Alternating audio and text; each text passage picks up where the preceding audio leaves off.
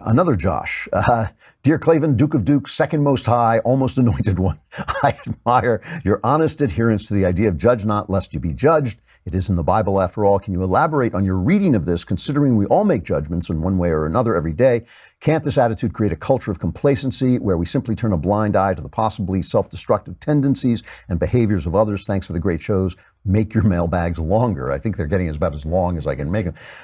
Yeah, boy, I get yelled at every time I talk about this. I can just wait for it. And one of the things that people say is, if you judge not, how are you going to correct others? You know, especially in the Christian world. First, let me say what I mean by judge not, and what I think the Gospels mean, more importantly, by judge not lest you be judged. They do not mean have no discrimination. They do not mean don't pass judgment on the actions of people as they relate to other people, right? If you go around killing people, you got to stop people. That's bad. It doesn't take me to judge that is bad, that you shouldn't be killing other people, robbing other people. You shouldn't be breaking the 10 Commandments.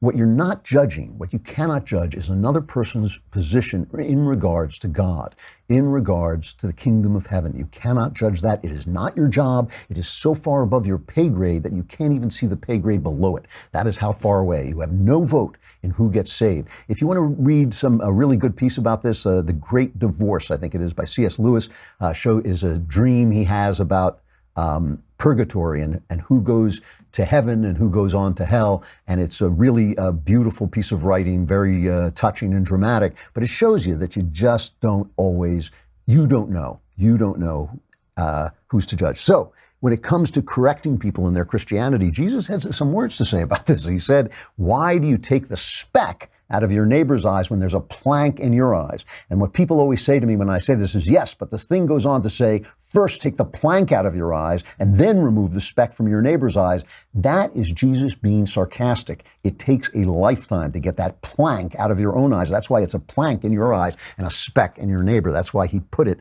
that way. You want to lead people to Christ, live in the joy of Christ. You will become a door to Christ. Live in the joy of Christ. If you live in the joy of Christ, if you try to understand what Christ is leading you to, because you are made a path to God. God is the way and the truth and the light, and you are made part of that way, part of that truth. You are made a friend, he says, to that way and truth and life. Live that way, and you will become a door to Christ for others. And you can say it in words if you have to, but if you say it in your life, it's going to be much, much more powerful than wagging your finger in people's faces. That's what I mean by judge not lest you be judged. And by the way, we're talking about things that keep you from paying attention. Judgment, that kind of judgment is one of them. Going around thinking that you're righteous and that other people aren't, and you can instruct other people on how to be righteous, is one of the things that keeps you from paying attention to real life, to paying attention to your life and what you're supposed to be doing in your life.